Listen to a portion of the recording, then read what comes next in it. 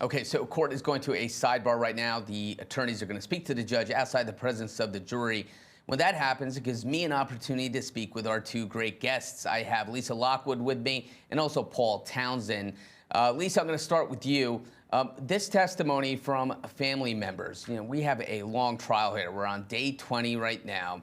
Prosecution has put forth medical experts, fact witness experts from the medical field, fact witnesses from the medical field, and now family members who are now talking and testifying about the circumstances surrounding their loved one's death. Do you think that the prosecution runs the risk of putting forth too much before this jury in terms of the volume of evidence and testimony, that they will lose perhaps the jury's attention during the span of the prosecution's case? We do run that risk, but think about it. Every day you do start fresh.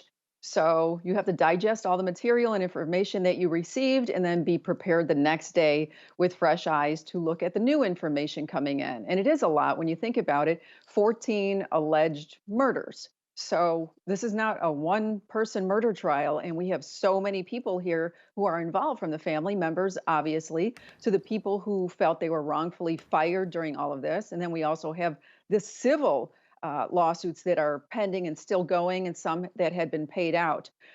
So I think the prosecution needs to bring all of this evidence forward as much as possible to try to solidify their case against Dr. Husel. I think the defense is doing a great job, quite honestly, with rebutting some of the things that the family members are saying. You never want to hurt or further injure a family member who lost someone, but they are involved in civil cases where money is going to be paid out. So with that, you have to take everything with a grain of salt going forward. Yeah, no, and Lisa, could it go the other way? Could it resonate with the jury, but in a pro-prosecution way, in terms of this witness is outraged? She lost a loved one, she lost her husband, and she's outraged at the hospital, and she's particularly outraged at Husel. So do you think that this visceral reaction, as Paul said, could go the other way in terms of showing for the jury that the prosecution has a case and people lost their lives, and this is a loved one who is just outraged at the crimes that Husel is charged with? Great question, and that would be dependent on a juror's personal experience in life, losing family members, having other lawsuits in the medical field, how they feel about hospitals and doctors. Did they have great experiences or not so great experiences? But this witness was very sassy, and I like that because it mixed things up. We had a lot of dry testimony, 3 days with one of the expert doctors who testified why he thought a lot of these people that were actively dying could have lingered on a little bit longer. So in this particular case, with this witness, she was already told he was brain dead, and even said, do they want to sustain him and keep him alive? And she made the comment that he would not have wanted that. So that was important to come forward. And I just liked the whole banter back and forth. I think it was beneficial just to see both sides. Yeah, no, Lisa, actually, I mean, that's a great point. It's been a lot of testimony, heavy testimony, medical testimony, and this likely got the jury's attention during this exchange. Okay, welcome back to Law and Crime, and we are covering the state of Ohio versus William Husel.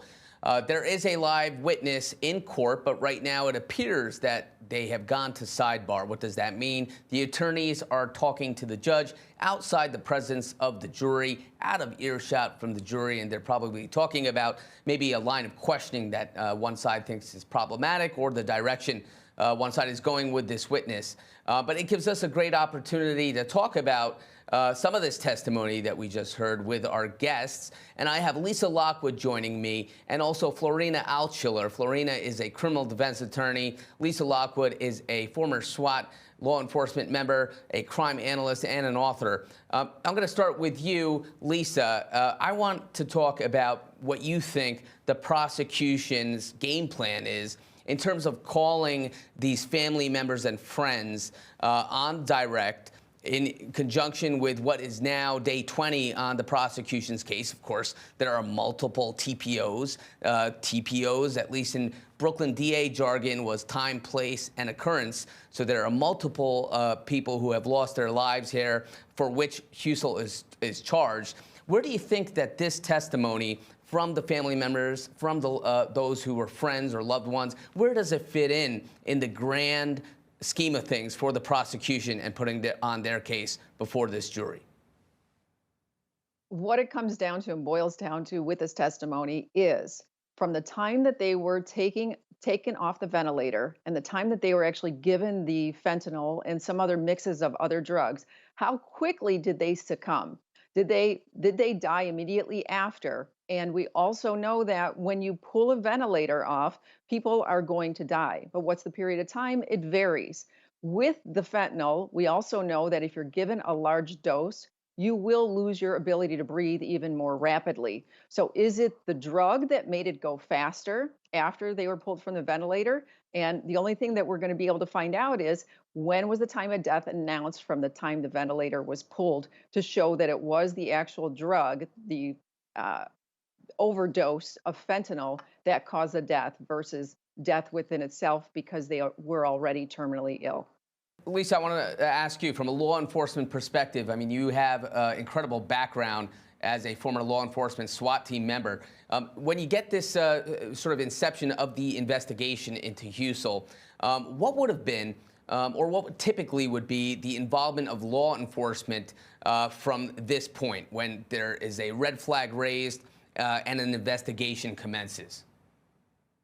It would be trying to find out if something was inappropriately done. And in this case, with police officers, detectives, investigators, they get there and they try to find out, okay, what is policy? What is procedure? What is necessary? And was he trying to be elusive in any way? And that's one place where he was not. Every time he made an order, he told a nurse, he plugged it into the computer himself, he extracted the drugs through their peak system, the override system, or it was put in through the pharmacy. There's no way that he can hide the amount of drugs that were taking out because it was all charted. That's why they have 14 cases. Anything that was over 1,000 micrograms of fentanyl, they decided to go forward with because their belief, the hospital's belief, is that that is a deadly dose for anybody in any circumstance. You're pulled from a ventilator, you can't breathe, and now this will cause your breathing to cease even sooner. So this is the issue right here, whether or not this was aggressive, what he did, or it truly was comfort care because of the pain that people go through when they have the ventilator pulled. Yeah, great analysis. And ultimately, it's going to be up to the jury to make that decision. But for today, at least, court is down. When we come back, more recapping, more news on trials across the country. So stay tuned.